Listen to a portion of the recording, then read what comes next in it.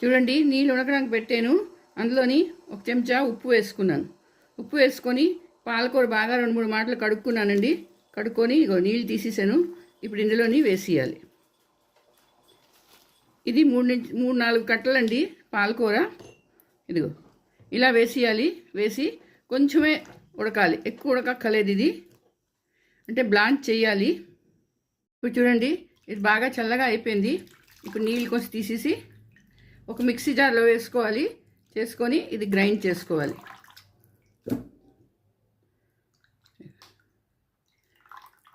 మిక్సీలోనే ఇప్పుడు ఏం చేయాలంటే ఇదే స్టేజ్లోని 2 పచ్చిమిరపకాయలు, మీకు ఎంత కారం కావాలంటే అంత వేసుకోండి. ఇగో 2 పచ్చిమిరపకాయలు, చిన్న అల్లం ముక్క, 2-3 వెల్లుల్లిపాయలు అవి వేసుకొని దీన్ని గ్రైండ్ చేసేసుకోవాలి. అండి ఇంత స్మూత్గా పేస్ట్ చేసేసుకోవాలి. ఇప్పుడు పన్నీర్ కోసి పెట్టుకున్నాను, ముక్కలు పక్కన పెట్టుకున్నాను. ఇప్పుడు స్టవ్ ఆన్ చేసుకున్నాను, మూకుడు పెట్టుకున్నాను. అందులో కొంచెం నూనె వేసుకున్నాను, అలాగే కొంచెం బటర్ అది కూడా వేసుకుంటున్నాను. 2 వేసుకుంటే చాలా బాగుంటుందండి, బటర్ వేసుకుంటే ఇందులోని. ఇప్పుడు అందులో సన్నగా తరిగిన ఉల్లిపాయలు వేసుకోవాలండి. ఉల్లిపాయలు వేసుకొని వేయించుకోవాలి. కొంచెం గోల్డెన్ బ్రౌన్ అయ్యే వరకు వేయించుకోవాలి. ఇది ఇంకేం వేయకూడదండి, ఇందులో ఏది మసాలాలు ఏం వేయకూడదు. వేసారంటే మీకు ఆ పాలక్ టేస్ట్ అంతా పాడైపోతుంది. కొంచెం గోల్డెన్ బ్రౌన్ అవ్వాలి. ఇప్పుడు అందులోని కొంచెం ధనియాల పౌడరు, ఒక చెంచా ధనియాల పౌడరు, ఒక చెంచా గరం మసాలా అది వేస్తాము. పసుపు వేయమండి, పసుపు వేసామంటే దాని కలర్ మారిపోతుంది. అలాగే టమాటాలు కూడా వేయము. కొందరు వేస్తారు, టమాటా వేస్తే టేస్ట్ బాగుంటుంది దానికి, కానీ కలర్ మారిపోతుంది, గ్రీన్గా ఉండదు. అప్పుడు మీకు కొంచెం బ్రౌనిష్ కలర్ వచ్చేస్తుంది.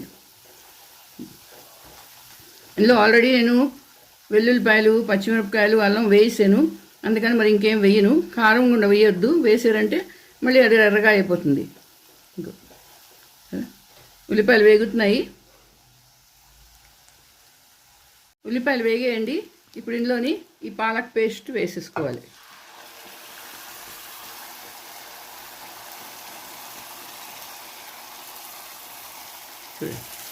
వేసి కలుపుకోవాలి.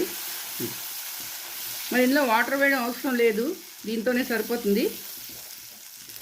కూర కొంచెం థిక్గానే ఉంటుందండి. ఇక కలర్ చూసారు ఎంత బాగుందో, కలర్ అస్సలు మారలేదు, ఎంత గ్రీన్గా ఉందో చూడండి.